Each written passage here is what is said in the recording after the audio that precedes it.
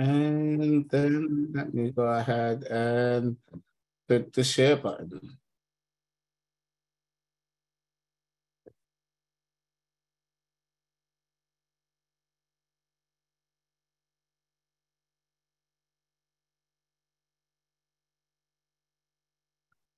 So thank you for joining us this cold, very, very cold November. Welcome to the Residents to Preserve Public Housing. If this is your first meeting, the Residents to Preserve Public Housing, or RPPH, is a citywide resident-led group of public housing resident leaders, including members of NYCHA's citywide Council of Presidents Board. We aim to preserve public housing by advocating for adequate funding, improving the quality of services, and of course, increasing resident decision-making authority.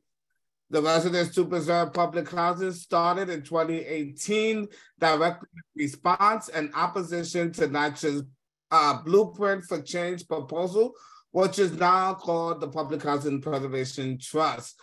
We are actively organizing to prevent the full implementation of the Public Housing Preservation Trust because, one, the trust was developed without the input and approval of current NYCHA residents, as stipulated by the HUD 964 rules and regulations.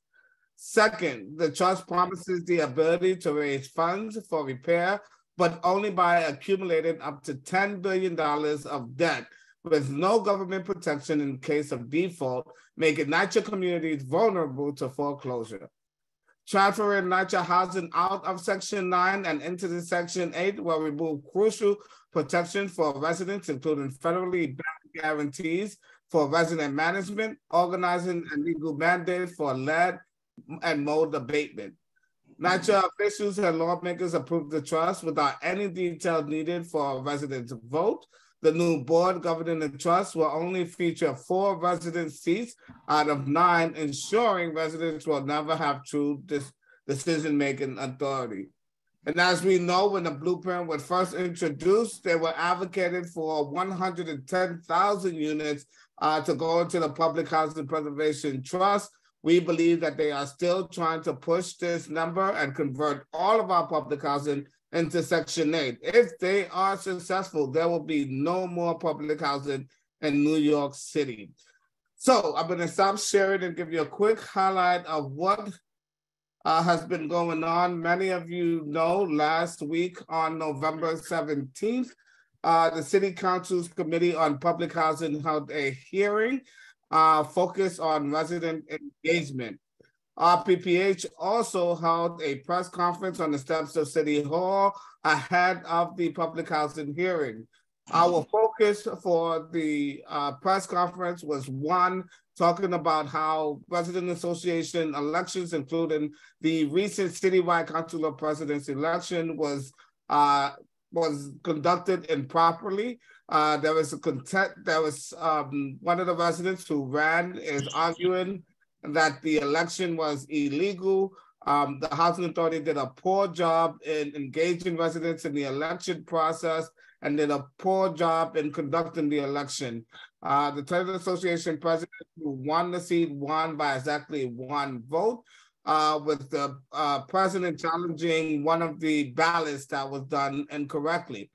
To be clear, the Residents to Preserve Public Housing has no stake in who becomes the citywide council of presidents, but we are concerned in the way elections are being held. Why? Because that directly impacts resident engagement, but it is also reflective of how the voting process for the Public Housing Preservation Trust will be conducted. And as you know, we are advocating for an independent entity to conduct those elections. In addition to talking about the voting and the Public Housing Preservation Trust, we also focus on RAD-PAC and the mere fact that residents don't truly have a say on if their development is included into the RAD and PAC program. And then finally, which we will spend a lot of time today talking about, focusing on resident management. We know that the true resident engagement is when residents are actually at the decision-making table, and as resident management corporations, you are able to do that. Make the decisions on what happens at your development. We have guest speakers here today who are gonna go through how to incorporate your resident association into a 501c3. As you know, in order to start a resident management corporation, you must first be incorporated as a 501c3. Before we jump in to that, I want to open up the floor very quickly to see if anyone wanted to share some highlights from the press conference that we held and or the hearing that took place on November 17th.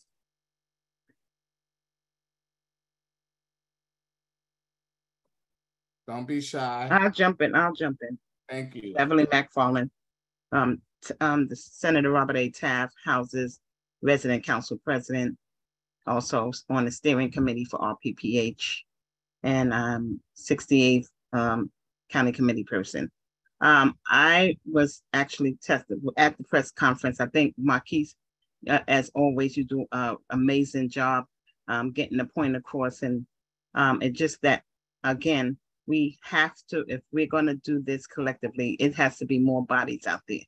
Because once they see more bodies, they understand that we are serious about saving our homes.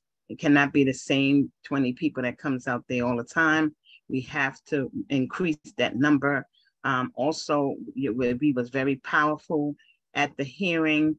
A lot of the chair, she really was surprised to hear some of the about Section 18, that they had to deem our apartments inhabitable in order to get these TPV vouchers. It seems like she didn't know about that. Also, she didn't. It just quite a few things that she was annoyed with. The 10% of the voting, that they only need 10% to vote for which housing program you're going to be in, but 51% of vote for development to go into a resident management company. So it was just, why would they do 51% for a resident management company, the votes, but voting for our homes, it's only 10%. So we have to educate our legislators of what's going on, what is the negative impact of this program. Again, I'm working with Tamika Mapp, our state committee woman in the 68th district, to even repeal, because I think the negative impact and the homelessness that's going to go on with this program is going to be a sad situation. And to add, NYCHA is lying their ass off, excuse the expression on a Sunday, but I just have to say it. It just don't make any sense. They sat down there and they wasn't able to answer quite a few of the council chairs questions. They didn't have answers, financial answers. They didn't have any answers on a lot of their questions. So that shows you how much they were lying. Thank you. I'll yield the floor. Thank you. That was very thorough. So I appreciate your report back on that. Anyone like to add a share before we move to the next topic? If you attended the press conference and the hearing on November 17th, I would like to share a word or two. You have the floor. Hi, Marquise. It's Dana Chavis. How are you? Hello, everyone. Thank you for joining us today. Yeah, I just caught the tail end of what the last speaker was saying. If they were talking about the public hearings, I totally agree. I don't feel that NYCHA was challenged enough on the statements being made. I basically feel like they was allowed to get up there and just explain away every complaint that was made. You know, I almost wanted to say to them directly that they should be both embarrassed and ashamed, because they came on after your panel had spoke, and, you know, things were laid out. You know, the woman on your panel was in tears explaining everything that she went through, and they basically got up there and act as if none of that was said. They didn't address it, they didn't respond to it, and they just began presenting on what they're doing in this regard and what they're doing in that regard. I spoke to I forget the person's name, but they have to do it the panel afterwards by email. And I strongly suggested that they have a second public hearing, and that I wish that they would actually change the structure in a way that they hold it, because I think that they should have TA leaders who know exactly what they're talking about, be able to question NYCHA and challenge them on some of the things that that's being stated, because they're virtually being allowed to get up there and say whatever the hell they want to say about it and go unchallenged.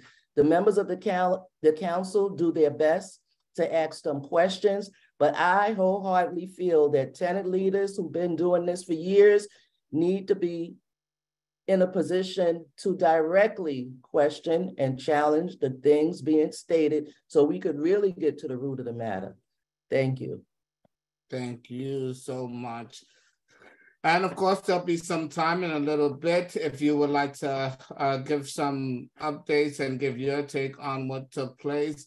The next update I have for you is November 13th is the deadline for you to submit comments on NYCHA's draft voting regulations for the 23rd, Marquise. I'm sorry, November 23rd is the deadline for you to submit comments on NYCHA's draft voting regulations for the Public Housing Preservation Trust. As you know, RPPH has 4 demands that we hope that you will echo in your comments.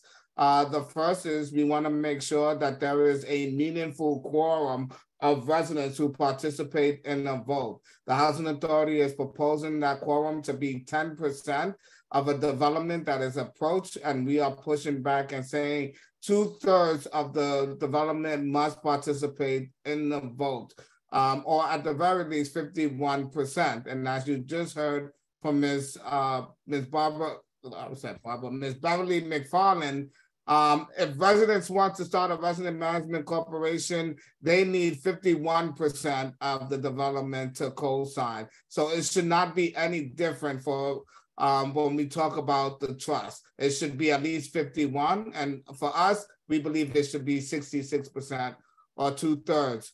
Secondly, we want to make sure that an independent third party is actually conducting this vote. We do not trust NYCHA. Evidence is clear on how badly they conducted the resident council elections as well as the citywide council of presidents election. Third, residents must be equipped with all the information that they need before they take a vote. They must understand everything that is wrong with their development through a physical needs assessment that discusses everything from the rooftop to the grass. Once residents have an understanding of all the issues that are wrong, they should understand how much it's going to cost to repair all of those issues. How much is the Section 8 subsidy going to cover? And how much money will need to be borrowed. This information needs to be in the hands of residents before they actually take a vote. I am going to share our comments, and again, hope that you will echo our comments. And hope that you will echo our comments when you share your testimony. And I'm going to do that in the chat. And then I will introduce our guest speaker. Just real quick, Marquise. My residents at Taft houses receive booklets. I don't know if ballots came in the booklet yet because I didn't receive mine, but NYCHA is pushing forward that they are booklets. In both, they already received the nice booklet with the colorful booklet. Now they receive booklets with, I believe, ballots in it, but I'll get back to you, but we did receive booklets this weekend. Yeah, so ballots, or at least the final ballots, will not be available until after December 16th. NYCHA has to publish the final voting regulations on December 16th. So they put out their draft in October. We then have 90 days to respond. November 23rd is the deadline to submit comments, and the Housing Authority must submit their final voting regulations on December 16th. Christina? You're on. Hey, sorry. Good afternoon, everybody. So over at State Section 9, we're doing like a last minute kind of tomorrow, like teaching virtually for anyone who still doesn't know about the trust or wants to learn more, as well as the voting guideline procedure. And we're also gonna hopefully, we're gonna include some time for us to actually write the our testimony together so that we can ensure, like I myself I also have to send it. So I'm gonna take this opportunity to send it with everybody. I'm gonna copy and paste the information and put it in the chat, but we're gonna do it at 7 p.m. tomorrow. I'm hoping to get my RA board to come through so that we're all on the same page, because that's still something we're working on as well internally. I just wanted to share with folks. Okay. Thank you. And please include that into the chat. Then we are going to have Marnie, and then I'm going to introduce our guest speakers. Yeah, hi everyone. I just wanted to mention, I was there at the hearing as well. And the one thing that really struck me is that apparently, and Marquise, you probably remember this, is that they said that there's only 70 resident, like NYCHA resident management employees for the 600,000 people or more that live in public housing. And then they said it's not even 70, it's actually 60. So if you divide that number into 600,000 people, that's like 0.01% of NYCHA employees dedicated to, trying to help residents get repairs. So I thought that was really, really telling, which really means that there's no resident management. Like there's nobody there to really help the residents get repaired. The second thing also, they said they're trying to switch things. So the burden is not on the tenant to actually try to get the repairs, but that was a little sketchy.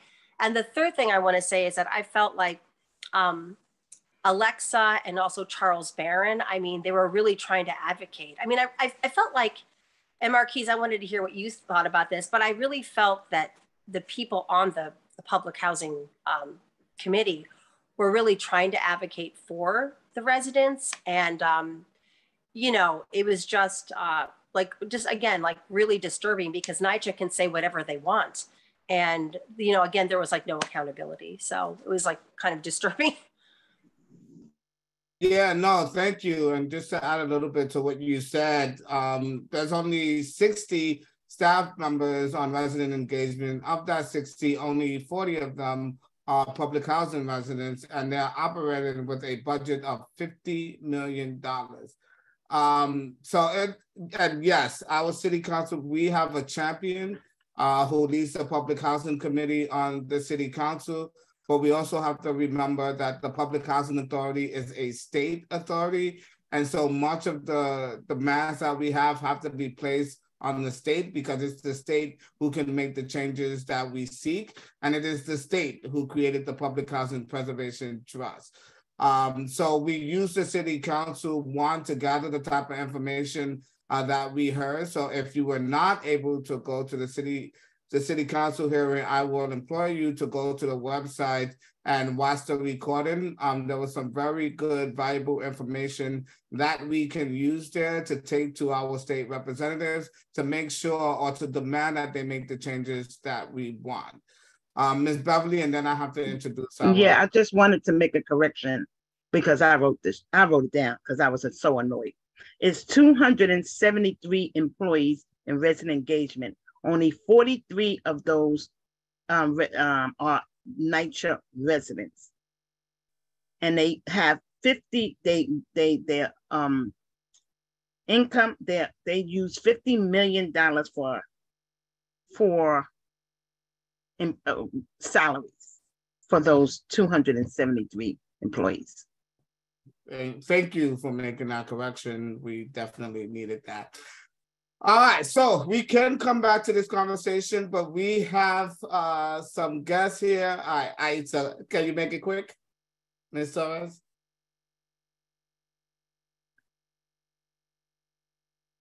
I just wanted to add to what Beverly said. When they asked me about what grade I would give resident engagement, I said an F, and that it was no reflection on the staff that really worked hands down. Because the ones that I work with that I feel like they know what the hell they're doing, guess what? To my campaign of being the chairperson, they're residents in public housing and really understand the dynamics. The problem that we have with resident engagement, that the people at the top level who are making six-figure salaries probably have never stepped into public housing, to be honest with you. So that's all I wanted to say. And I want to thank the councilwoman, Aviles, the chairperson, for hearing us. You know, and we should know that publicly we have an advocate and a friend in her, and we should support her. Thank you. Thank you. And shout out to all of the residents who showed up and prepared testimony. We are here today. Our guest speaker is law professor Brian Glick, along with his students from Fordham Law School. And we had the honor of having one of your students, Brian, testify, who did a phenomenal job in reporting the research that you and your students have done. So I'm excited to have you guys here today to talk about incorporation, because we know that resident management is the true form of resident engagement, where residents are actually going to be able to make decisions on what happens at their development. And in order to form a resident management corporation, we need to make sure that our tenant associations and resident leaders are incorporated. So now let me pass the mic over to you, Professor Brian, and ask you to introduce your students first.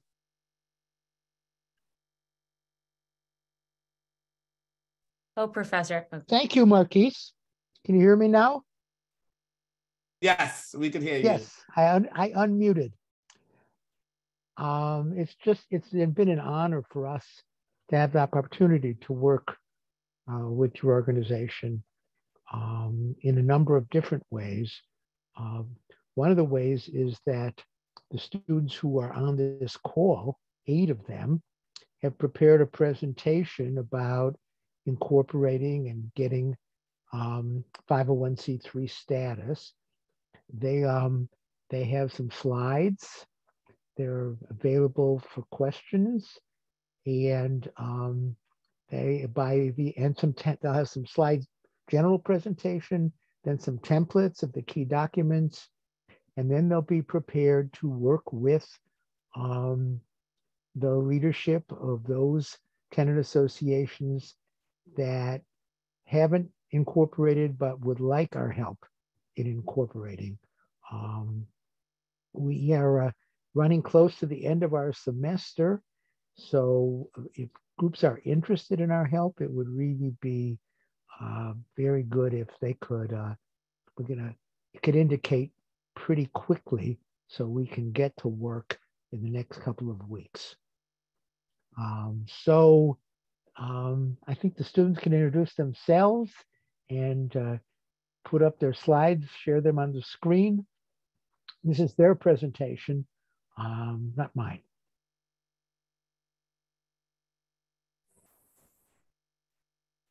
Go right ahead, please. Good afternoon, everyone.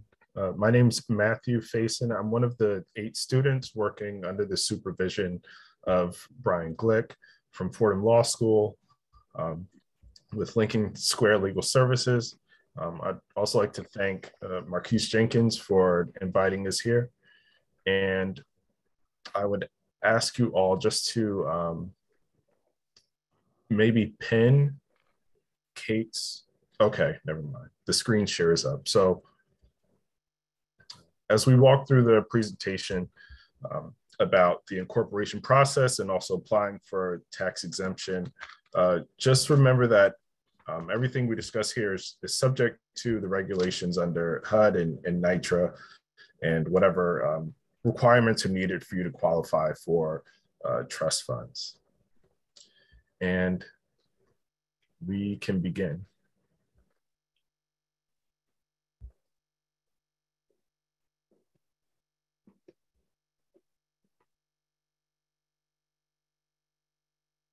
You're muted, Kate.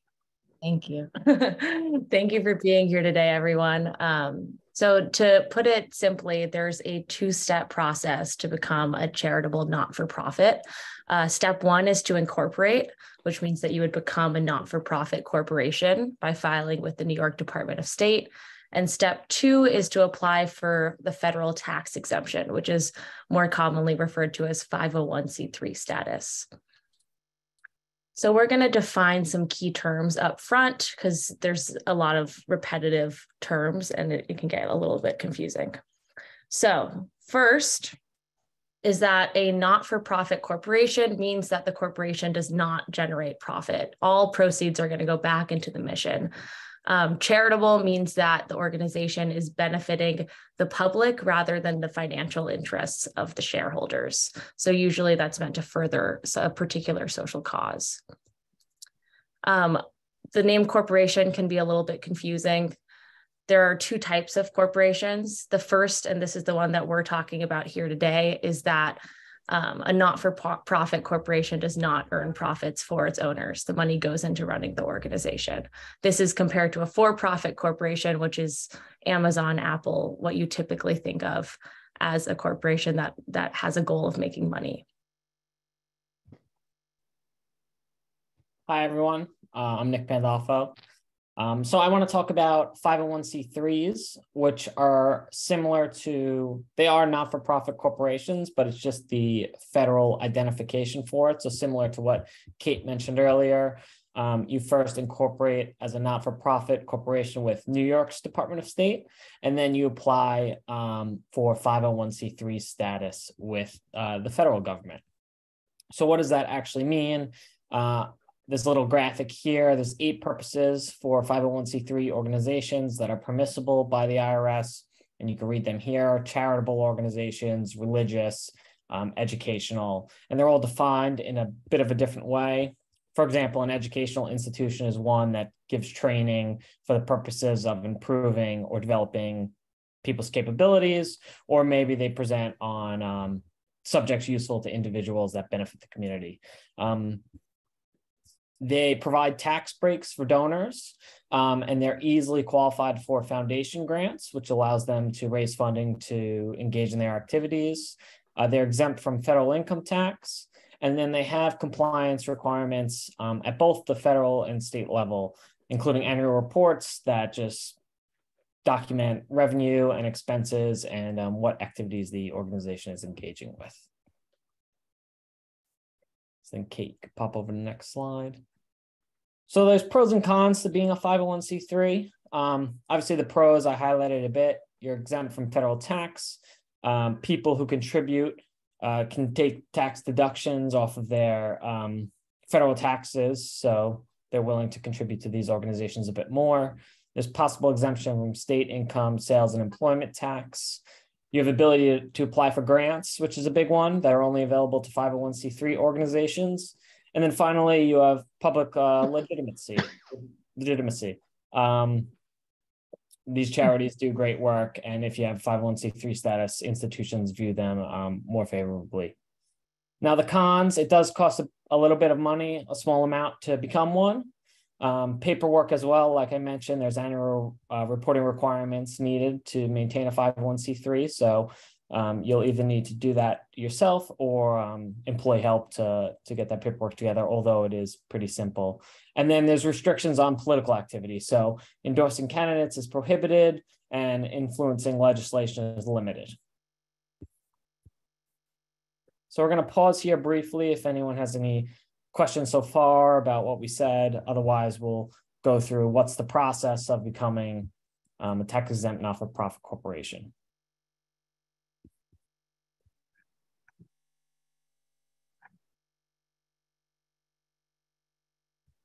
Okay, Matt, you want to do the next slide? Yeah, so the next part of the presentation just talks about the process of incorporation. Like I said, the process and the content that goes into the documents that you'll be filing here are general, but of course they're subject to any specific requirements under NYCHA or HUD. So this is a detailed timeline of the process to both incorporate and become a 501c3, which, as we mentioned, are two separate steps. And we're going to dive deeper into all of these things individually, but this kind of gives you a sense of the broader requirements.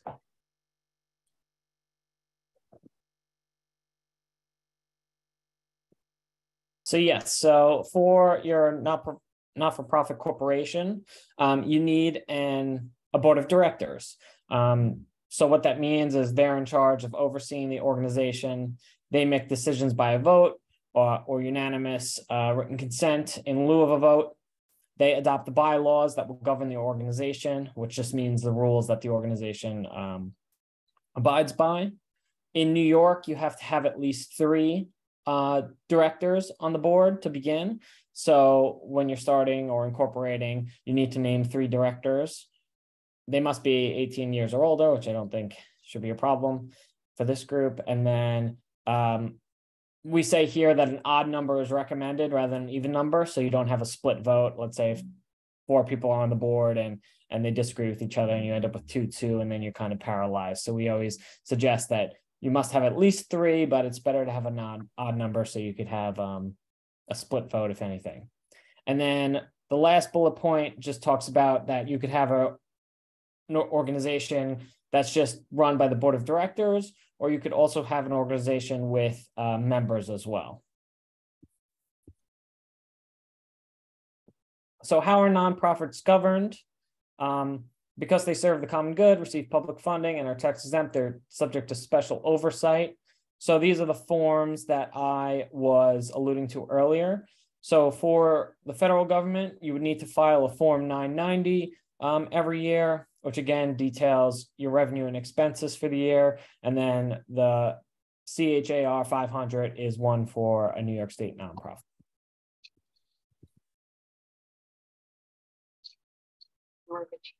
And then members. So if you choose to have members in your corporation, what do those members actually do? Well, they elect the board of directors. They have power to remove directors. Members are not required. So you could, if you're a charitable organization, you could choose whether to have members or not. Their consent is required on big decisions, such as bylaw amendments. And then bylaws will also spell out who's qualified to be a member.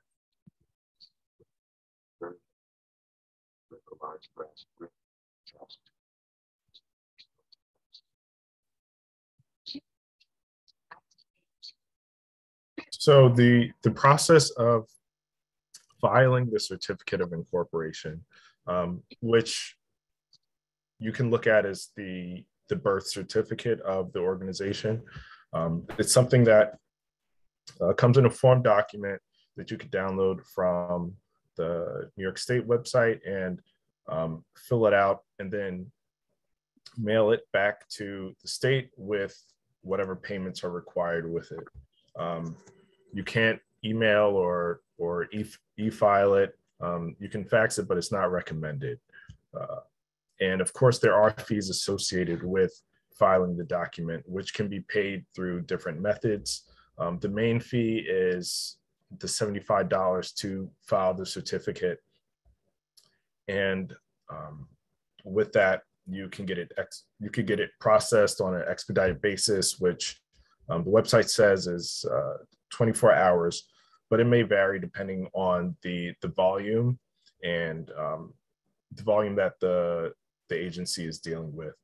And with the certificate, you would also request a certified copy of that. So they return that to you with the stamp certification. And then once you have filed the certificate with the state, you would then register online with the Charities Bureau, which is run by the Attorney General's office. And there, you would also have annual reporting requirements and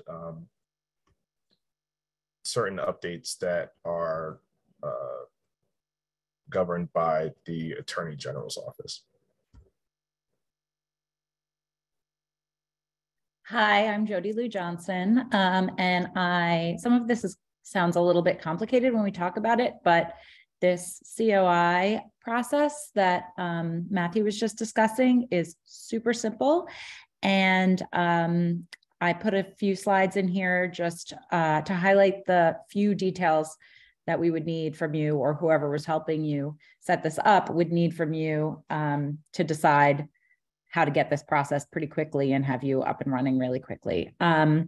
So firstly, it like Matthew said, it's $110 total, and that just goes on somebody's credit card. I put a link in here for the instructions, but again, like I said, it's very easy. And here I made a template of the form, which we'll also supply for you guys so that you can have it to look at. And I made up a fake tenant association name, ABC Tenant Association of DEF Houses. So you want something that's clear and, explains who you are. And it has to have ink at the end, or it should, it's better. Okay, so this is where on the form we put your name in that you guys decide on. We have to do a search to make sure that nobody else is using the names. They know that you're you and not somebody else. And that's a very easy process as well, and free. And then the next slide. Then there's a few boxes that you check and some what we call magic language that you put into the form that gets it processed correctly, so that, and we know exactly the ones that you would have to check to make sure that you're picking the right boxes on all of those. So there's just a few boxes. Next slide. Here's the part of the form where you need a minimum of 3 original directors. I have put myself and my 2 grandmothers, RIP. So they cannot be on your board because they are dead, but they are New Yorkers, or there were. And that's area you could put them, and you can put more lines and put as many directors as you want. And those people are the people that will definitely serve as your inaugural board of directors in the beginning of starting the company. Next slide. Then we have to say where you're located, which is very easy, so that there's somewhere that paperwork gets sent officially.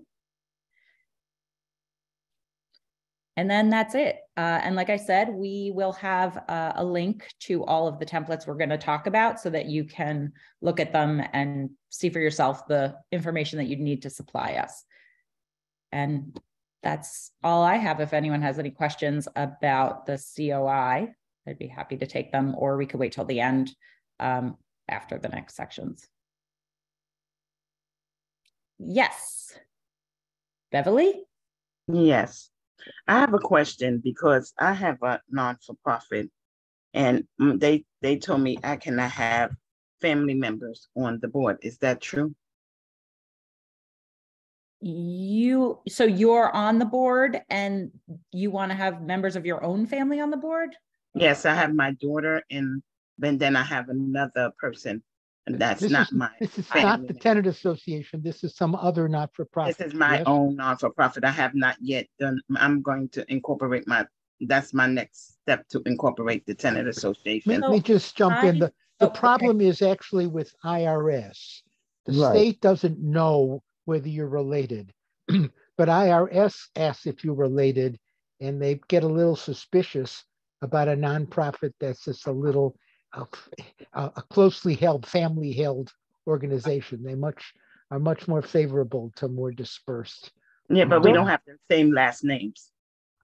But you have to answer the question for IRS, whether the board members are related. And it's not prohibited, but they are just a little more skeptical. You can do it, but it's more uphill. I had to fill out conflict of interest forms. That was a major issue. That's coming. Every nonprofit in New York State needs to have and adopt a conflict of interest policy, and that's actually, I think, the next presentation in this slideshow. We will talk about that. And as Brian mentioned, that those are red flags, but it's definitely not prohibited. My husband is on a nonprofit with his dad and his uncle on the board. So I know that it can be done, and it might just set some red flags. And then, yeah, you have to disclose all the kind of conflicts that might come of it, but it's definitely not a deal breaker. Okay, no, because I have an active, but an active non-for-profit, and I wanted to, when you said, I just wanted to make sure. Someone else told me it was prohibited. So I just wanted to make sure if it wasn't. I'd like to add here that the certificate of incorporation that you fill out that gets filed with the state, you can structure it in a way that will make sure that will help you qualify for the IRS tax exemptions later. Like you won't be subject to all the IRS requirements when you're filling out the forms for the state. But if you put in certain language and do your due diligence beforehand, you'll be able to make sure it qualifies for the exemption later. Oh, yeah, our template will. The exemption. I received the exemption already. That's well, what great. Yeah, I meant just generally for those who would be interested now. Right, for these tenant association and corporations, yeah, we'll provide the language that IRS requires in the template, and then our students will be available to work with those groups that want to go ahead and to write the documents with you and help you submit them and so on. We're not just giving you a bunch of paper and running away. Also, and Brian can help me answer this as far as Beverly's specific question about families, the board of directors in the beginning isn't necessarily the board of directors forever. There's elections that happen. So I'm not sure how it would work, or if it would be easier to have a person join to kind of get around that family thing in the beginning, to have a person join later that's on your family. But how would that help, Brian? She's already got, the tax she's exemption. done. She's done. So, okay. So she's done. And she's just, people are telling her she wasn't supposed to do something that she did, but if you're through it, you're through it. You're fine. Yeah, correct. So, correct. And I have a non-member on the board already. So there's a non-member on the board. Good. Okay. This is not my section. Who's next? It's me. Okay. Thanks, Jody. Hi, everyone. My name is Nat Harding. Happy to be here with you today. So right here is a little bit of information about bylaws, which my colleagues and classmates in the class have talked to you a little bit about before. While having bylaws is not a requirement for New York State incorporation, this would be a process that should you decide to incorporate, that us in the student clinic community would help you to adopt, which is usually one of the first actions that is taken once the corporation is incorporated, is that you adopt your bylaws for your incorporation. And if you think of it, if you think of the certificate of incorporation that my friends spoke about earlier as the birth certificate of the corporation, you can think of the bylaws as the rules and regulations, right? Or the household rules. These are the rules that we follow inside of the house of our corporation. And the state actually says that you have to adopt certain rules. So one of the most important processes that the bylaws outline is the election requirements for the directors of the organization. The reason why we're not providing any templates or going into specific issues on this piece is because it requires more detailed and individualized assessment with each resident council that we will be incorporating to ensure that your bylaws not only follow the requirements of New York State for nonprofit organizations, but they also follow the NYCHA and HUD guidelines required for you to act as your duly elected resident councils and receive the funding from NYCHA and HUD, as well as following the New York State rules so that you can apply for 501c3 status with the federal government, as well as hopefully apply for grants and outside funding beyond not only those made available by NYCHA and HUD. So we understand that all the tenant associations are operating with bylaws as required by HUD and NYCHA. And we would just look at those with you to make sure that they comply with the New York state law now that you're a corporation. But we don't expect any problem. It shouldn't change how the tenant association operates. I believe Beverly has raised her hand. Brian, can I? Yes. So can we adapt some of the bylaws that we have resident association is governed by in the bylaws of the incorporation? Yes, that would be our first ask, is that if you meet with us in order to incorporate, that you provide us with the bylaws that your residence council is currently operating underneath, so that we can review them to ensure that there's no conflict before the new corporation adopts them as their bylaws. And then we would need to do some more individualized assessment with you to understand how the residence council is currently operating. And then if you would like to make some changes, if you think that there are some changes in the residence council bylaws or in operation that would be better to operate in a different way, we would be happy to discuss that further with you to ensure that any of those changes made are aligned with the HUD and NYCHA requirements, as well as the New York State incorporation requirements. Does that answer your question? Yes, yes, thank you so much, yes.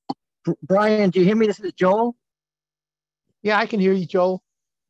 I think the bylaw is basically it's a new You're breaking up, Joel. You're breaking up. That's being started. I'm concerned that if we're just following,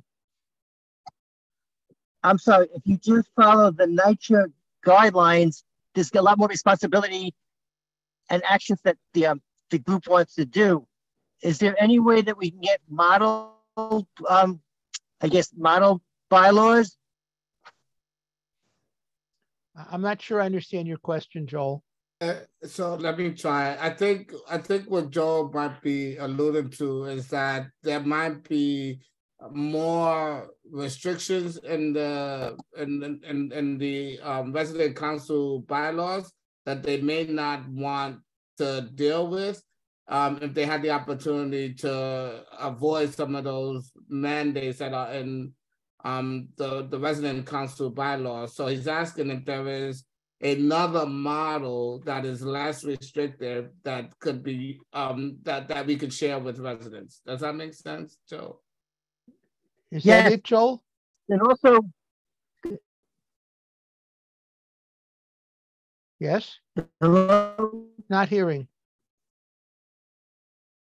Yeah. Joe. Okay, I'm sorry about the mic, but no. Joe, we're going to come back to you. If you want, try dialing in on your phone so that we can hear you a little bit clearer. And then we can come back to your question. So we haven't carefully studied yet the HUD or NYCHA regulations for the bylaws. I mean, we'd have to see if we would have to study this, check out to see what's mandatory in order to get their funding and what's optional that can be changed. And we also want to check state law. We can certainly provide a sort of template bylaws for a membership organization for you if it's interesting to see. I see another hand. That's Ms. Dana. Ms. Dana. Yeah, I think, thank you. I think that what Joel is alluding to is that specifically in some of our residential council bylaws, they speak of engagement and certain procedures that must be alluded to in lieu of whatever projects that you're doing. So to use the resident council bylaws might be restrictive rather than a template that they can adopt and make changes to at their own choice. Because the residential bylaws definitely include NYCHA in it. they do, in most cases, include procedure to the resident engagement department. So that would be very helpful to have a template. Thank you, fine.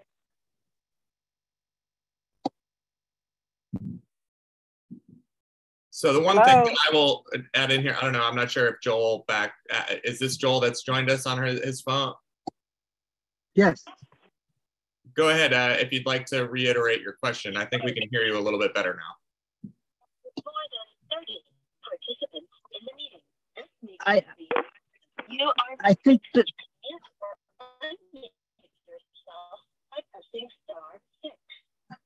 do you hear me now? No, unfortunately not. It seems like there's a couple of open lines that are conflicting with each other. Yeah, Joe, you have to turn your computer mic off.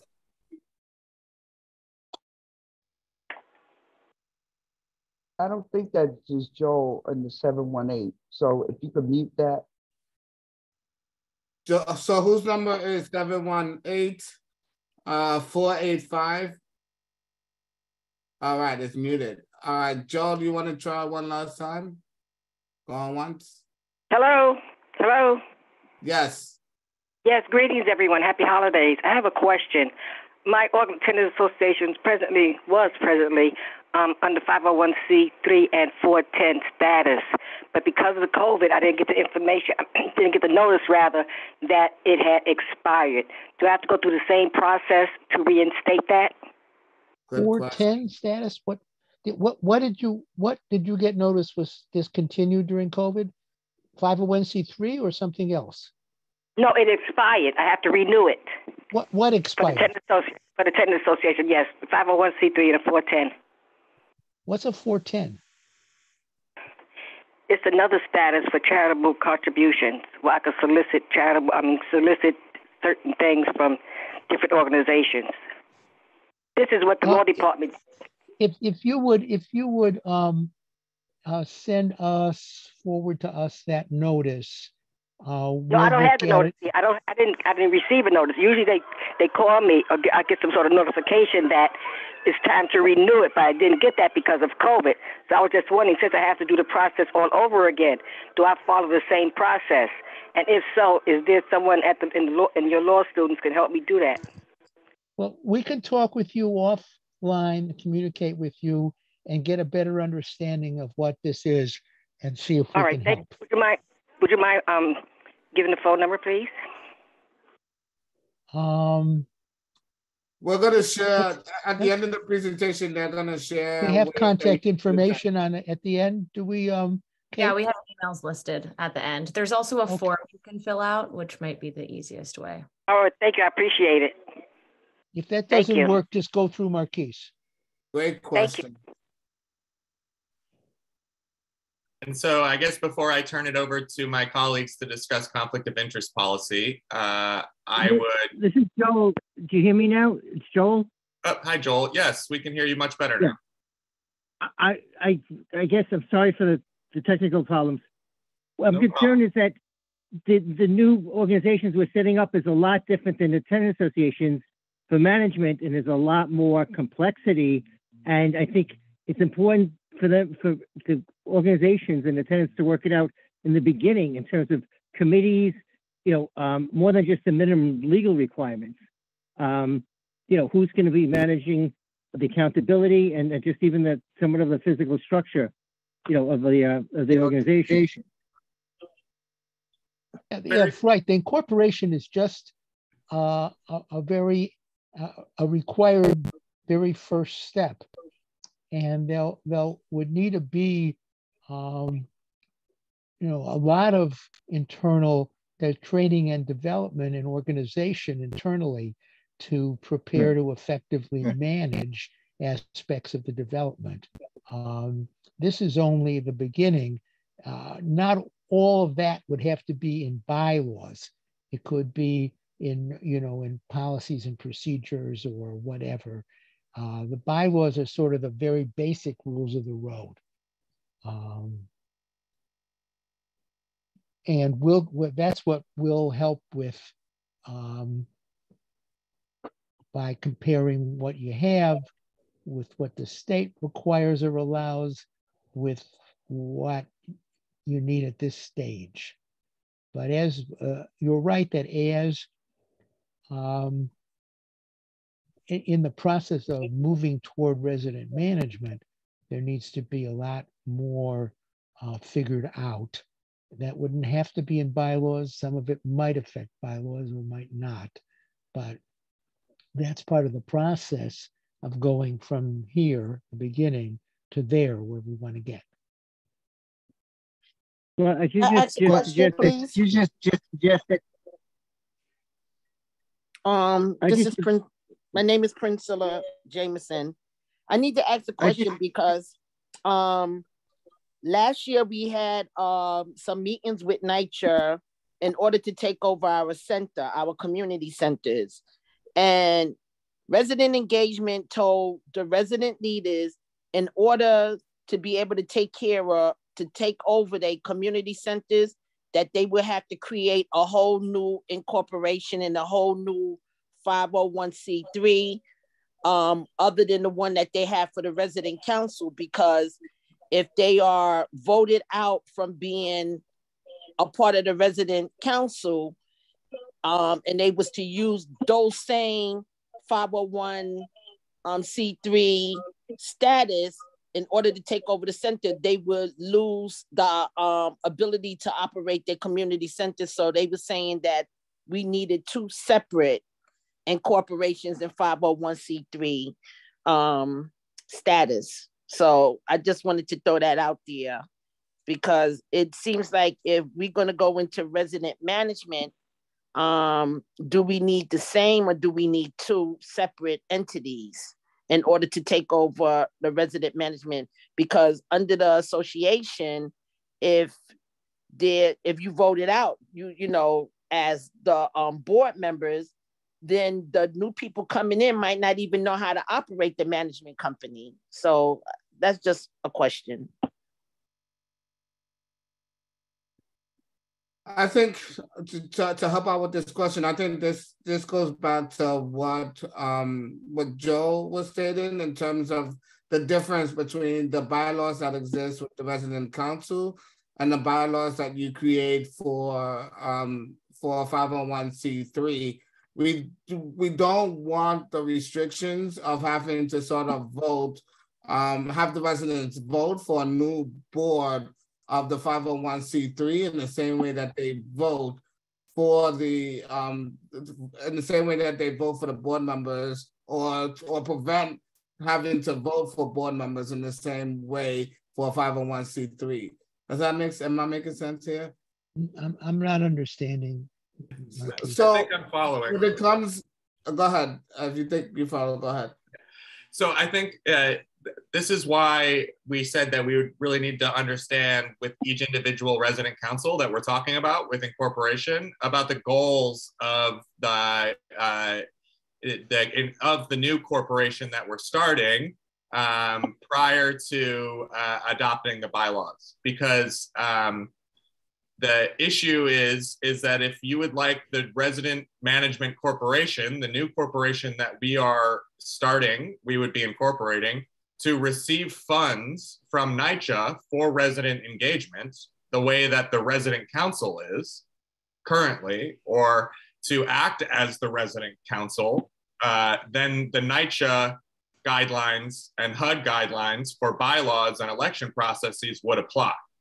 However, if you are starting a separate a separate incorporation that might work with the residents council in some way, or not act as the residents council or interact with NYCHA in the way that the residents council will, then there might be more flexibility within the bylaws because you wouldn't be restricted by the NYCHA requirements. And so that's going to be a key threshold question that we're going to have to speak with each individual residents council about. And I think I'm sorry, I believe it was Princella who spoke earlier. That's really, really key information that it sounds like would be really great to know when we're having those initial meetings and discussing what the purpose of the corporation would be. And And we would be happy to do more research at that time and reach out to NYCHA to discuss more about what they would expect and need for corporations to either act as a residence council or to not act as a residence council. Thank you. You said that beautifully and much better than I said it. Thank you. And Ms. Danette Chavez has her hand up. Yeah, I had a question and concern in regards to what somebody else just mentioned. The question has to do with if an association becomes incorporated, and like the young lady said, and there's an election, and so you have a new board in the association, where does the responsibility lie for training the new boards to function and operate as an incorporation? I think if HUD or NYCHA allows and permits associations to become incorporated, then somewhere within their language should be a responsibility to train the new members coming on to the board, just like they do now. If there's an election and you have a new board, it's the responsibility of resident engagement to train them on how to run and operate the board. So by the same token, if it's permissible, according to HUD regulations, for an association to become incorporated, they should also have guidelines that require them to train the new board on how to function as a corporation. And if they don't exist, then HUD needs to create those regulations and policies to allow the boards to continue and function as an incorporation when a new board comes on. Because if they don't have that and it doesn't exist, then they're negligent on their part. You can't say on the one hand, we allow our associations to become incorporated, and then you have nothing in written language to train a new succeeding board who comes on that board, which happens to be incorporated. You understand? So I don't know if Miss Aisa has any information. She's the DCOT president. Maybe she can contact NYCHA concerning what the HUD regulations say on that, and maybe encourage them to write the language if it doesn't exist. Because you can't, how do you manage as an incorporation if, like the young lady mentioned, there's a new succeeding board who comes on, and now they're on a board that's incorporated. They absolutely have to be trained. So where does the responsibility lie? That's the question. Is NYCHA going to do it? Is NYCHA going to hire a consultant firm like these individuals here to come in and train them? What is that process? That has to be established. Thank you. I'll just jump in. Regardless of what HUD and NYCHA do, you can always, for your own not-for-profit, address in your bylaws the training of the new board. So the bylaws are something that it's like what Professor Glick said earlier, it's the rules of the road for your specific nonprofit. And if you want your rules of the road to include training for the next board, that's something that you could implement on your own. Here's the thing with that. The bylaws that are normally used, they govern an instruction and a function of an already existing board and each and every officer on that board. Okay, that's the thing with the bylaws. They don't instruct for a new entity, which an incorporation is a totally new entity that functions in a totally different way. So it's absolutely necessary that you have written language that not only instruct on how to run the board. Okay, it's two things.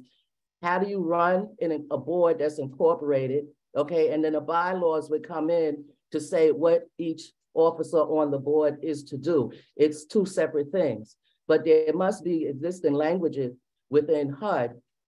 Okay, number one, the responsibility to train those new people who come on the board so that they can function as an corporation. Number two is, what do the bylaws say concerning how you're supposed to function and operate? Thank you.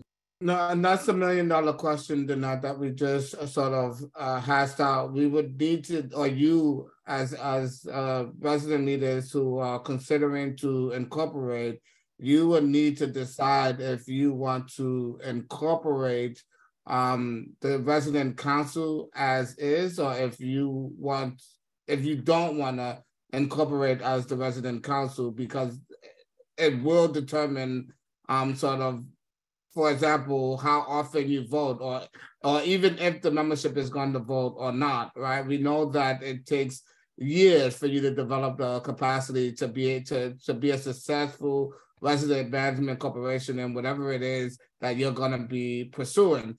And you can't just sort of pass those years of experience off to a new body in 2 years, even if you have the training. So you may want to set the parameters differently than the way your resident council is set up. So that's the $1 million question, if you want to operate as the resident council or not. Yeah, here's the thing, Marquise. I'm responding to the question that the young lady raised. I didn't hear it answered, and I was curious to know myself. The question is not who's responsible, not whether or not an association has the right to be incorporated, right? It's not that. It's what happens when a board is elected out of office, okay? They've incorporated and they are elected out of office, and you have new people coming on that board, okay? Who's responsible for training them how to function as an incorporation? The preceding board is not going to do that, okay? They just had an election, they lost, they're gone, okay? So now you have an entirely new board that's under an incorporation. There needs to be training concerning that, how to run and function as a corporation, okay? That part, there has to be written language. And I think the responsibility, again, falls on HUD or NYCHA, because again, if you permit associations to become incorporated, then the responsibility is on you to train new succeeding members on a board which has become incorporated. You understand what I'm saying? That part. What happens after an entity is no longer in office as a result of an election? Whose responsibility is it to train them? No, it's a really important question, but it's not about the bylaws then. It's about what are HUD's policies and programs and NYCHA's policies and programs. Exactly. And it's something that has to be negotiated politically with them. Exactly. And that's why I directed it to Miss Aisha. She's the president of DCOP, that maybe she can get in conversation, with NYCHA officials ahead and find out what do they have written. If they don't have anything written, then they have to establish something so that this can be really available for any association who wants to take that option. Okay, they got to get their stuff in order to allow it. That's all. Thank you. Thank you. Aisha is here with her hands up.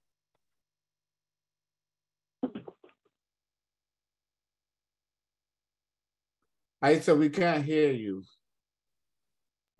I'm sorry, I was muted. Part of the answer to that is that your bylaws should reflect some of those steps, but I will ask the question in terms of what you're asking me when we have a meeting, when CCOP has a meeting, and also I'll ask Manny because some of the guidelines in the 964, like I gave out in all the, in our last district council meeting, was because even though we have bylaws, according to HUD, the bottom line is following the 964 guidelines. So even if you're incorporated and stuff and things like that, you have to go within the guidelines of the 964 so that you don't fall out. So at the end of the day, for any organization, whether, because things happen, not necessarily in an election, things happen. Unfortunately, this summer I lost a board member, right? And there's a process in my bylaws for people to be replaced, whether by election or whatever. And I think that, I think with these, Professor Glick is in, and then they're saying is your bylaws are, they're like your Bible. And so when we do the bylaws, they need to reflect exactly where you want to go with your organization, and you have to think in terms of the future, right? I don't know if I'm making any sense, but I will bring it up about them training. I know we have at the CCOP level have been talking about, you know, who's going to do the training for them, right? Thank you. I'll just read what Joe put in the chat, and then I will hand the floor back to you guys to keep facilitating. So Joe says, let me see if I could read it. So perhaps a citywide separate 501c3 corporation act as supporting consultant organization would be composed of many of the new management. I'm not sure if I'm understanding that correctly. I'm going to pass the floor back to you guys in the interest of time.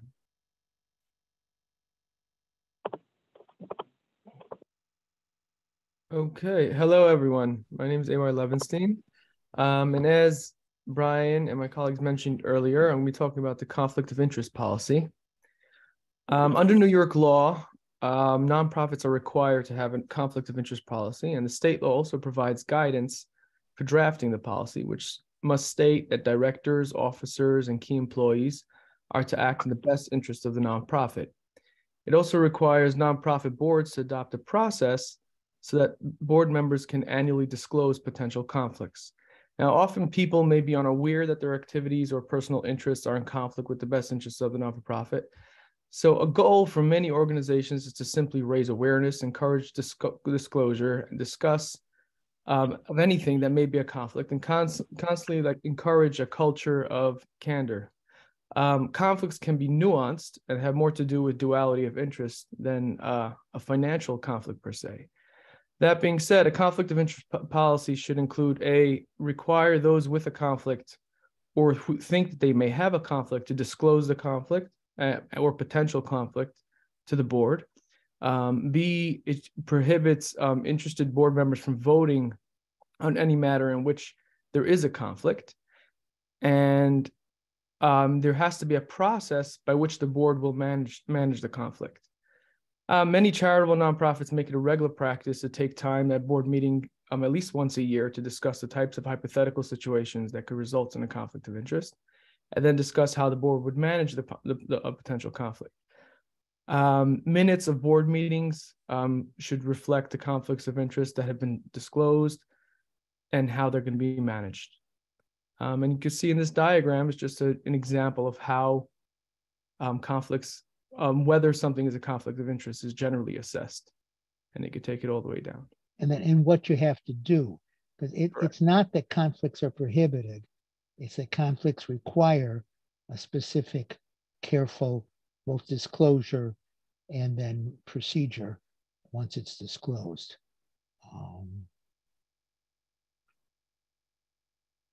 And we will, the state law requires something more complicated than that flow chart.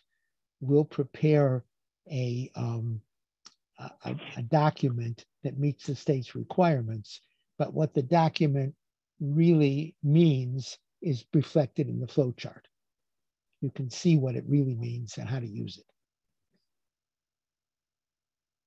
The next step after incorporation and after your bylaws and conflict of interest is to adopt or obtain an EIN, which is an employer identification number.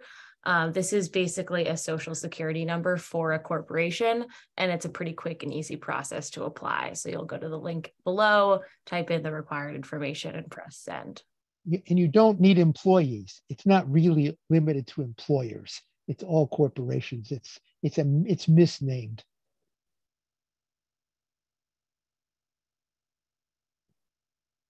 Hi, my name is Maylene Rodriguez. I'll be walking you through on how to apply for 501c3 status. So after incorporating, you're going to apply. You would do so with one or two forms, the 1023-EZ or 1023. We are going to share these slides, I believe, and there are links to the instructions and the website where you would be creating an account to gain access to one or both of these forms. Next slide.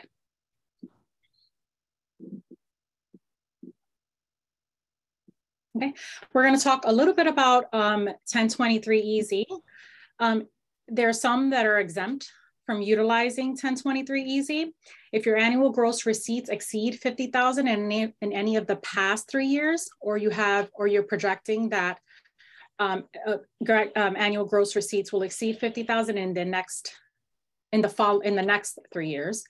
Another group that's exempt from utilizing 1023EZ is if your total assets exceed 250,000, that being fair market value. Both 1023 and, well, specifically 1023EZ, they're pretty straightforward forms. This is after you've incorporated, so a lot of the questions being asked is in regards to your corporation. But we did want to highlight and outline one important part of the form, which is the organization's mission statement. We wanted to highlight specific instructions. One of the bigger ones, and we've run into challenges within our organization, our team as well, is there needing to be 250 characters or less. That's not words, it's characters. And what it is a brief summary of your tax-exempt 501c3 purpose and activities you've engaged in to further these purposes. This short statement is not to refer to or repeating your purpose that has been outlined in your incorporating documents. This is not the statement where you're going to utilize to speculate any future programs or activities. Rather, it's really just a description that's actual or planned in outlining your mission and your activities. Again, the form is only online. Part of our resources will have a link and provide you with a PDF form. And that's only for reference purposes if you want to see the questions ahead. But in seeing the updated form, you would have to create an account online. Next slide. So our next steps, if you're interested in becoming a charitable not-for-profit, is you can get in contact with us, and you would do so by completing this Google form. Next slide. Can you copy that Google form and drop it in the link and drop it in the chat box for us? Okay. Yes, I will. And some of our resources, and these are as well links, a link to our certificate of incorporation. We briefly did speak on the card authorization form, which is used when filing for your certificate of incorporation. And lastly is the 1023EZ form that I've just spoken about.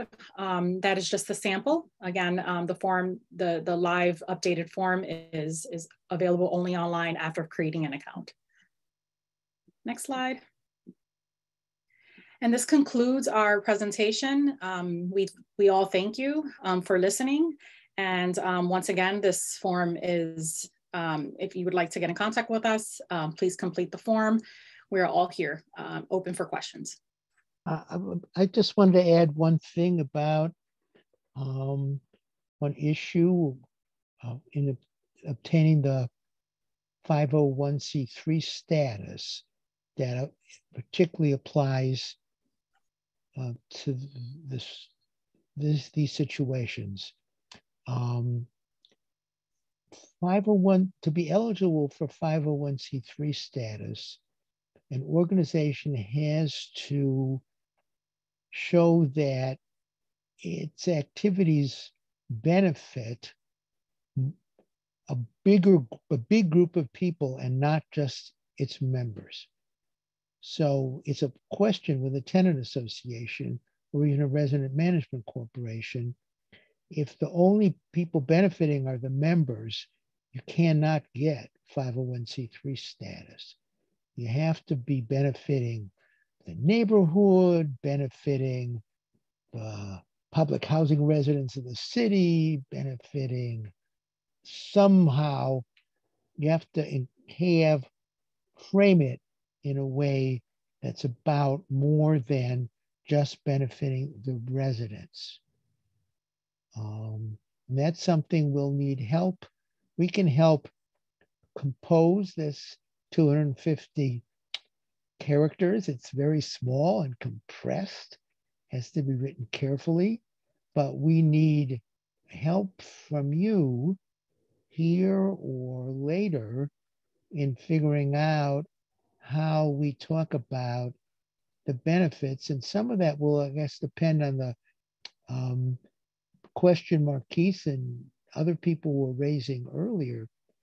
Are we incorporating the tenant association or resident council? Or are we forming a new, is that organization forming a separate 501c3 corporation that's positioned to apply for resident management, but not trying to meet the HUD and NYCHA requirements for the resident engagement funding that supports the resident councils. Because if we're doing that, those change the bylaws, but they also change how we talk about what this organization is and what it's doing and how it provides benefits a big community and not just the residents. I think there's a hand up. Yes, Ms. Chavez, and then it looks like telephone number, and then 1983 has a question as well. Yeah, I have a question about the tax exempt status being applied for and given to the IRS, right? So my question is, since it exempts from having to pay taxes on monies received, donations, right? If there's a member of the board, any member of the board who happens to be in debt or has a current tax liability themselves to the IRS, with that, or is there any type of other scenario that you know of that would prevent the board from receiving a tax exempt status being applied for? In other words, you have a board that's applying to be a 501c3, requesting tax exempt status, but there's a member or members on that board who themselves have a tax liability. Would that prevent the board from becoming or receiving the tax exempt status being applied for? Wow. I've never seen that question before.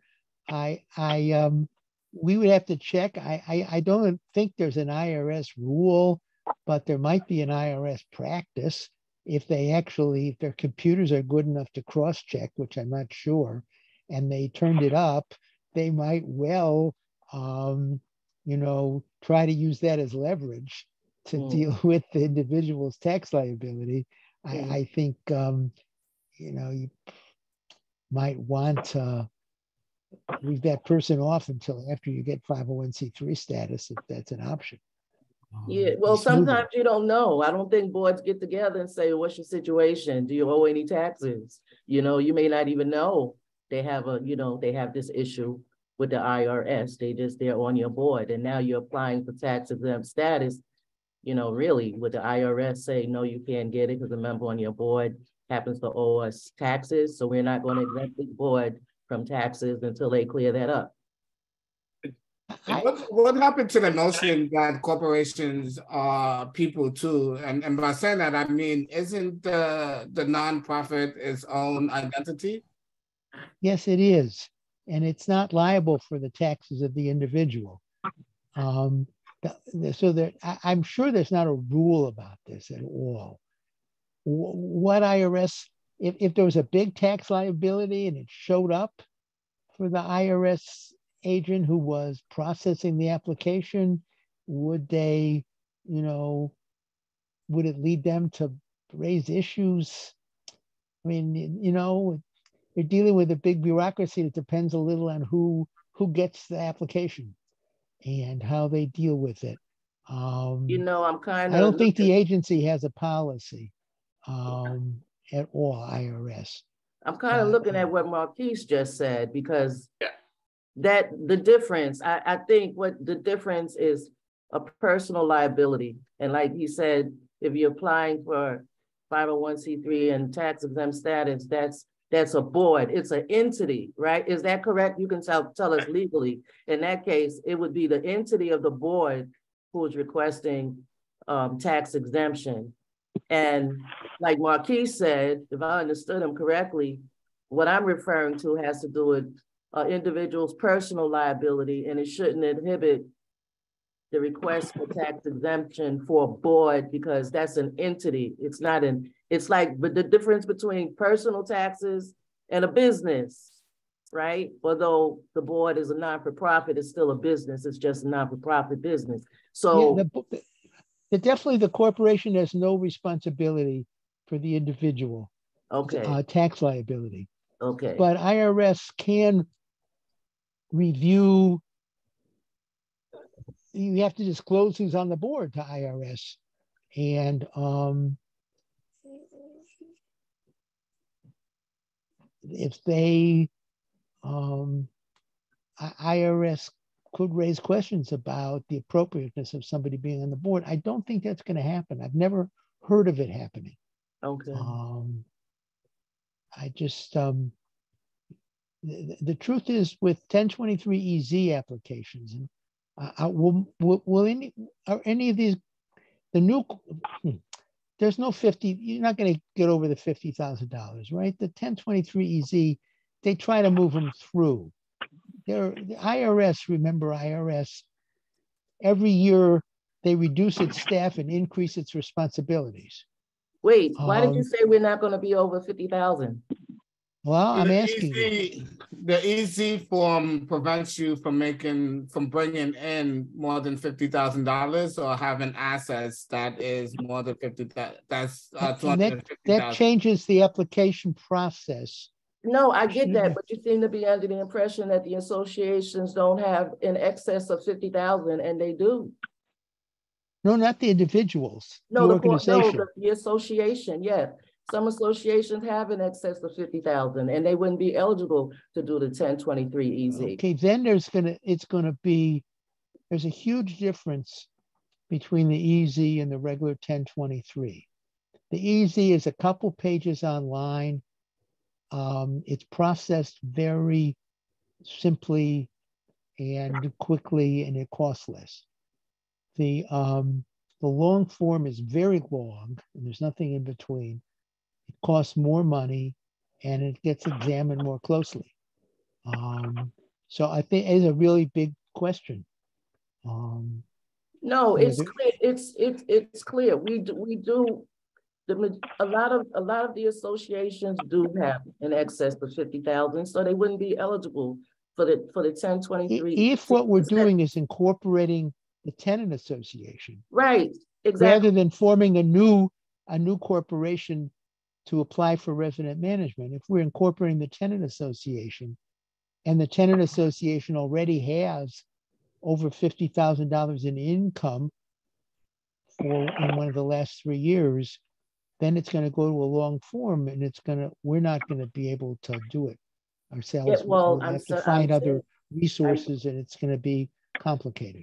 I'm saying take a long time. that is the case. I'm saying to you that is the case. I hear you. Oh yeah, the majority have in excess of 50,000. Definitely in the last 3 years. Have income of over 50,000 in a particular year, not 50,000 in the bank, 50,000 in a year in revenue. Yes, some of our Ms. Dana's raising her hand. Some of the TAs have, for example, Ms. Dana saying she has over $100,000. This comes in per year. Because Professor Glick, this is my position. I have over $100,000 for the last 4 years. So I've been doing the long form process, but I've been writing it, but my question is, would it be easier, or would it be advisable to have the incorporation as a supporting corporation to the RC, not incorporating the RC, but to have a separate corporation for the development with a separate board, although there may be some board members on the RC that will also sit on the corporation board, but it would be a completely separate entity. Would that be advised? Because that's the way I'm thinking, and I keep writing it, but nobody's really attached, that question. Is it advisable for us to have separate corporations that oversee the functions of the resident council? So they would work for the funding purpose on a regular basis. The RC would be in their seat as a board, a separate board. And then the corporation would work toward getting funding that they can apply to the development as a whole. Therefore, being two separate entities, but working toward the same purpose. That is my question. Yeah. Because right now, this long form is killing me. The long form is a killer. The long form we really try to avoid. It's killing me. What? It's killing me. That long form is no it's joke. terrible. I sympathize. We really we did page have to do a long 35, form for one organization we were working with, and we had two law students work with a tax lawyer from a big law firm, and they took a year to put it together. I've been working on it for 6 months, and I'm on page 35, and I still have more work to do. Right. No, and so terrible. I'm at the point now, before I even get to that, after 6 months of putting this work together, do I stop now and say, let me open a separate entity that will be there for the duration of time, or that tenants can sit on, a board that we establish from those, not just on the RC board, but from the tenants itself, that they can vote on annually and so forth. But it would support the usages of the RC and what they wanted to endure for the duration of their seat. So what would the activity be of this separate corporation other than raising money for the RC? I think I think it makes a lot of sense to pursue this concept, but I'm trying to get help in figuring out how it would work. But the way I would see it, the incorporation, the separate corporation, oversee and make suggestions to the RC. If the RC had something they wanted to do and they needed money, they could work toward funding that. And they would do other things. Let's say there's something that we wanted to do on the property, or add to the property, or make changes, or maybe have a program that the corporation would help to fund that. Marquise, under the 964, right? In order for you to be able to apply for resident management, you must be incorporated. I just, so people understand that. Yeah, I understand that, but I'm saying but does it have to be the resident council incorporated, or can the resident council help form a separate corporation that applies for resident management? It does not have to be the resident council. Oftentimes it is the resident council, because that's already who's doing the business. But to Ms. Dana's question, and to add on to that question, I mean, for me, right, it is looking at the longevity, because if we're applying for a resident council, resident management corporation, then we're applying for the sake of taking on some form of operation at the development.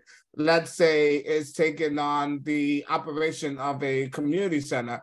In that instance, one, right, like you're not gonna want to be tied to a 2-year or 3-year election process, right? Exactly. And many bylaws, that's the case, right? It's gonna take you some time to develop and make sure that you have a firm grip on what it takes to manage that community center.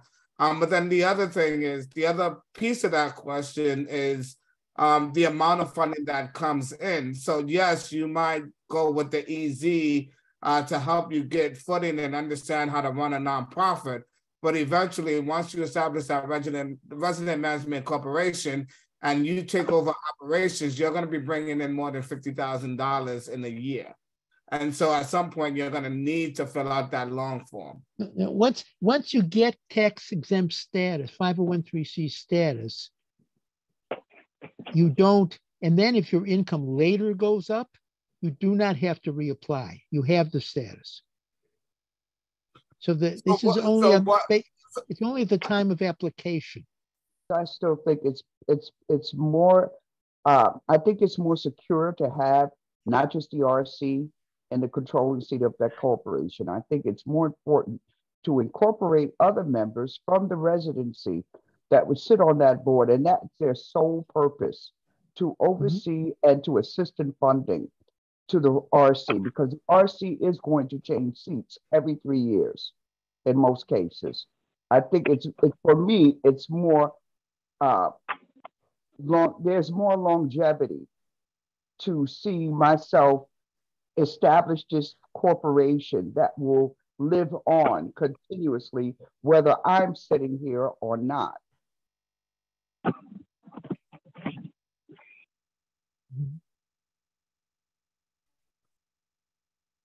I mean, that's a good one, Miss Dana. That's what I was trying to allude to when I was asking my question. I think some of our RCs are so fragile, and that fragile state is not comfortable for me. When you talk about incorporating, I think that the incorporation should be a separate entity that belongs to the development residents for the length of time. But the resident councils can be fragile at times and sometimes not in existence. So I think the resident corporation should be something separate from the RC that could have that longevity, have that stability. There will be elections, maybe not as frequent as an RC. Maybe in your bylaws, you want the elections every 5 years or every 10 years. And these people would be sitting in these seats working towards the betterment of the community. I'm just saying. Certainly, that's something that could be done, and it would be an option. It's a little more complicated, but it might be helpful to have what's called a staggered board, where only a portion of the board gets reelected every few years, and there's always people on the board who've been there for a while. And only, everybody gets up for reelection, but only every few years. So you always have a board. You never get a new board. Exactly. You get a few new members, but not a whole new board. Not only that, but some of the institutional knowledge can live within the director, right? Like if you look at some of the nonprofit organizations that exist now, like CVH, GOES, Community Service Society, they have had the same director for decades, and maybe their board changes, but the executive director stays there for a long time, making sure that the institutional knowledge doesn't get lost in the transition. So if you could help me do that, I appreciate it.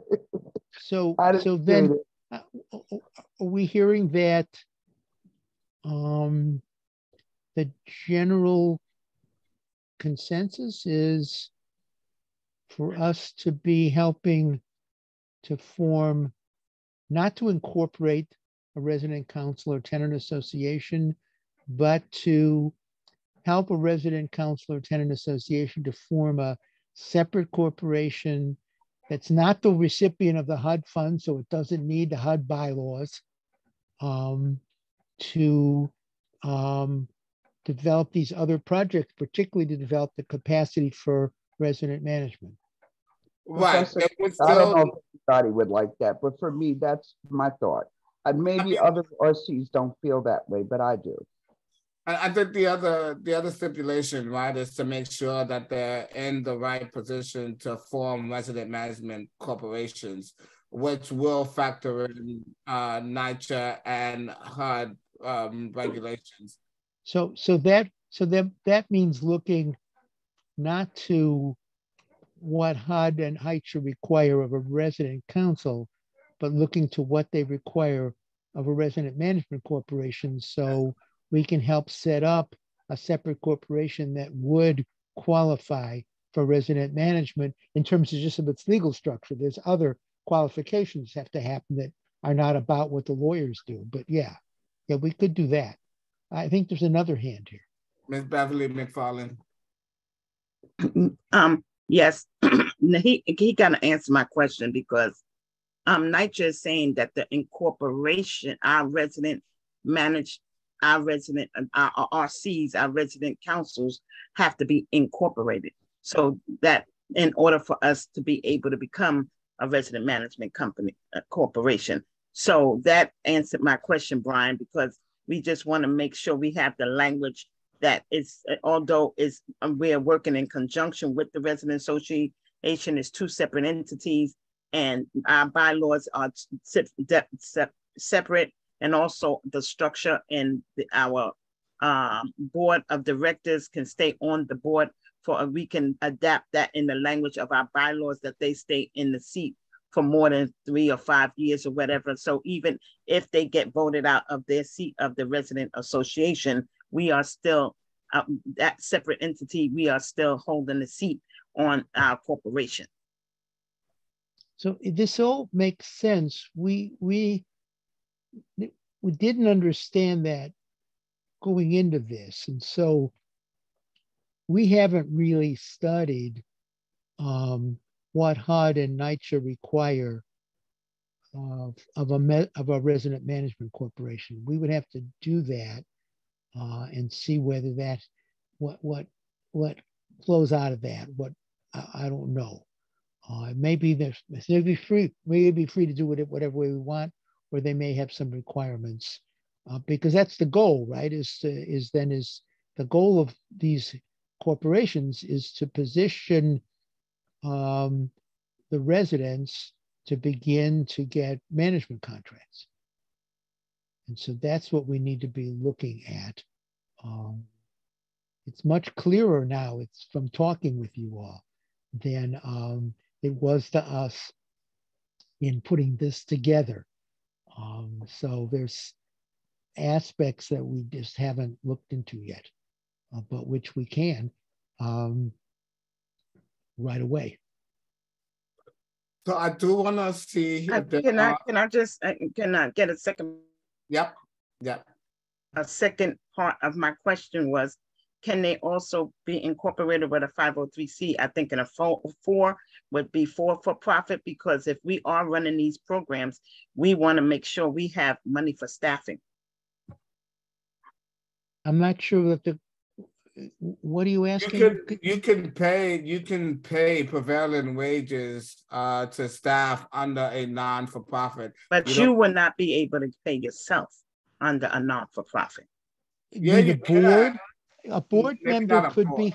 I'm sorry. Go ahead, Brian. No, a board, a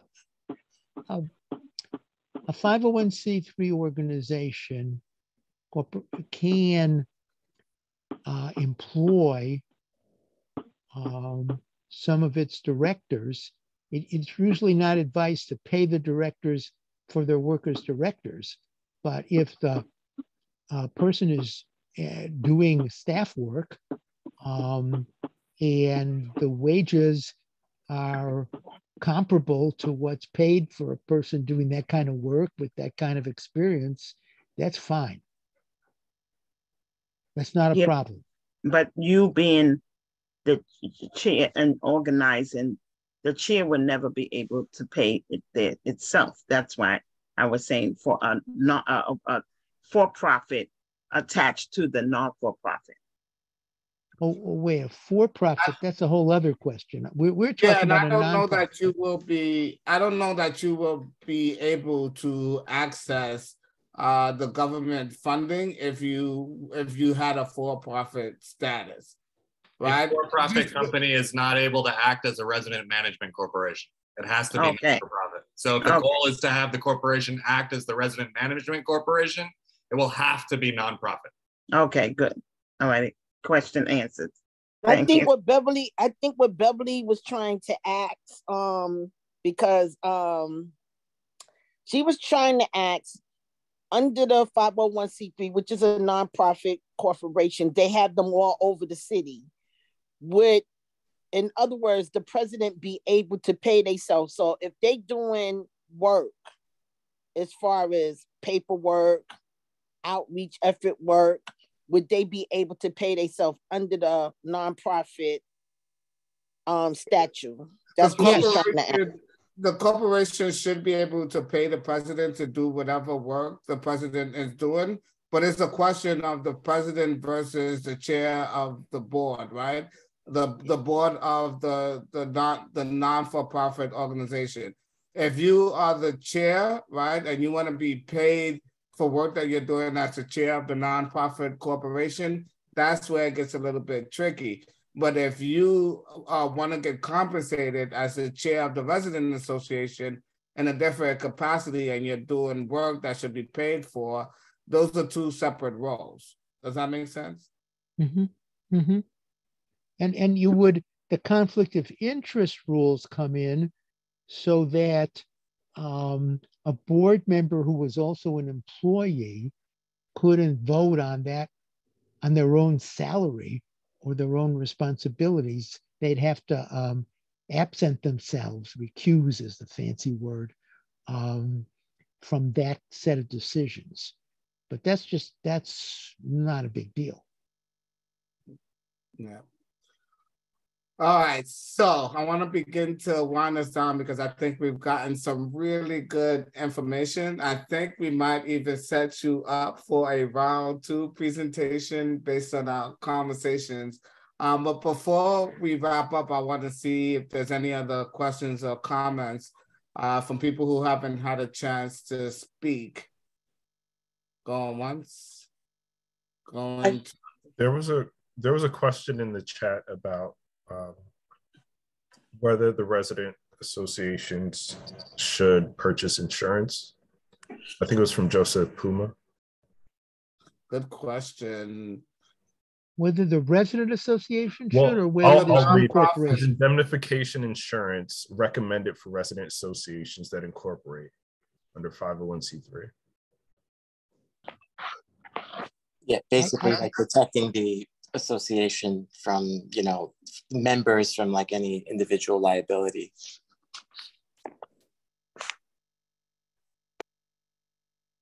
Well, the insurance wouldn't necessarily shield the members from liability, but it would cover whatever liability they're already exposed to under the nonprofit law. What if the person's doing something that's authorized for the corporation, they could be indemnified. The corporation would need to have insurance. Yes.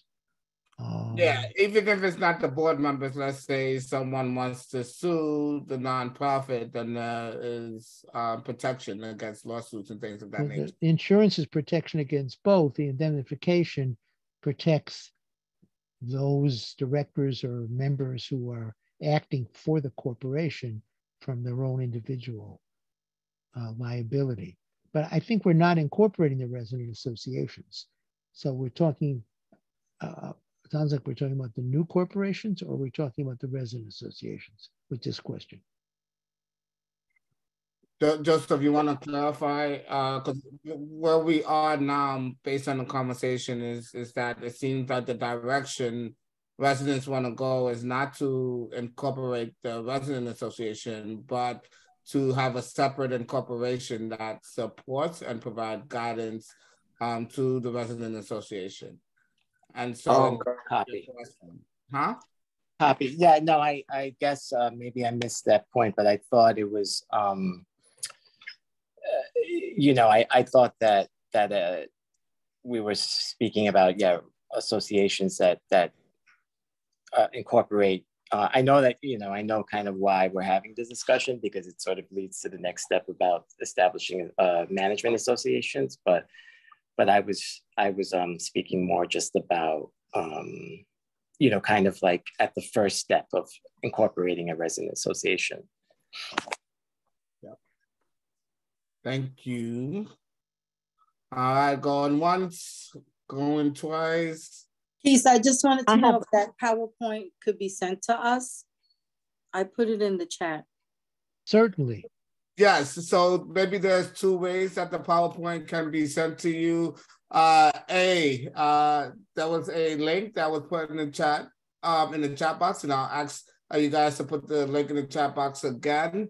If you want some support from Professor Brian Glick and his students, please sign up with the link in the chat box, and perhaps you can send a copy of the presentation to everyone who signs that link. And then option B is to send that PowerPoint to me, and I will send it in our next blast email. So if you are on our listserv, you will get a copy of that PowerPoint presentation. So again, yes, that makes sense. I just want to be clear again that our students are available only through our semester, and our semester ends mid-December. They actually start exams probably on the 6th or 7th of December, so some of them will only be a pretty limited availability after that. So it's important that, you know, we came a little late to this. It's important that we try to move as fast as you were able to. We will have some capacity next semester, but very limited. So the more we can do this semester, the better. I agree, Marquise, that we have another round of discussion after we've done a little bit of work, I guess. So maybe, when does this group meet again soon? We could potentially meet on Sunday. We haven't discussed it with our steering committee, but it is a potential for us to meet again next Sunday if that's something you guys are interested in. I think you'll be able to do the research in time to do a follow-up conversation. Well, I think we probably have to regroup to figure that out.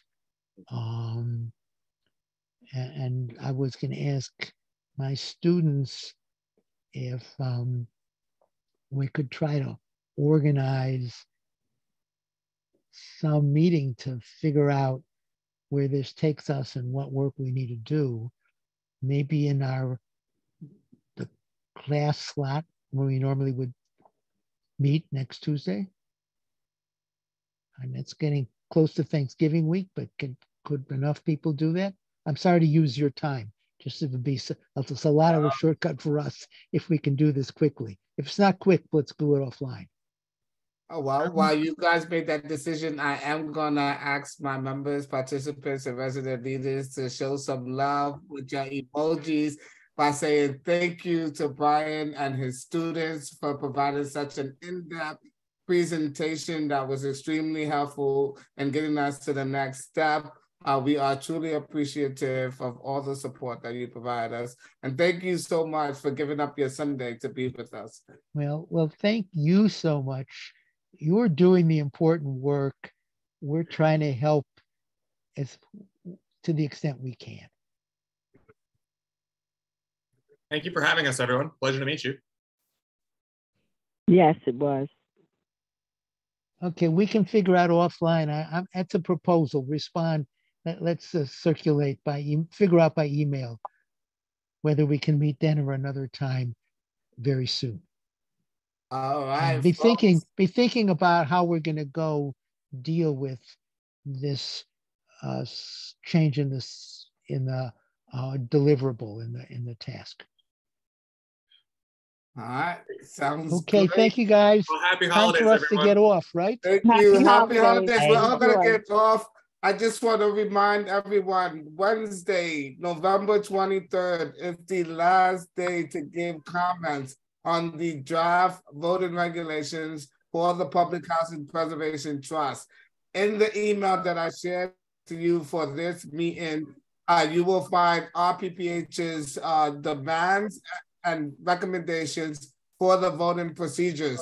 If you don't have recommendations of your own, or even if you have recommendations of your own, we ask you to echo our recommendations and make sure you send them not only to NYCHA via email, via mail, but that you also notify your state elected officials. Because if we don't get our demands in from NYCHA, then we have to move our state elected officials to make our demands an amendment to the actual law. So thank you so much. And until next time, happy holidays, everyone. See you soon. Yes, you too, Marquise. Happy holidays. Happy holidays, everyone. Everyone, have a blessed, God bless. safe Thanksgiving. God bless. Bye, everyone. Be safe. Love y'all. Marquise, call me. Tanisha, call me.